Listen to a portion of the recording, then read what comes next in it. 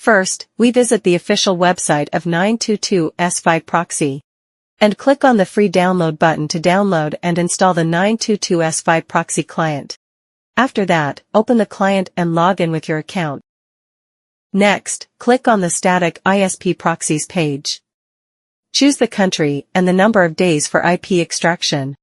Then, in the proxy list, select an IP, right-click, and click User and Pass Off to obtain the account authentication command that consists of the IP's username, password, and other information. Configure the copy format accordingly, and then we can copy it into any application. Now, I'll demonstrate using a fingerprint browser as an example. Select Custom for the proxy method.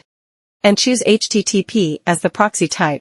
Paste the account authentication command you copied from the 922s5 proxy client into the proxy host and proxy port fields. The account and password will be automatically filled in.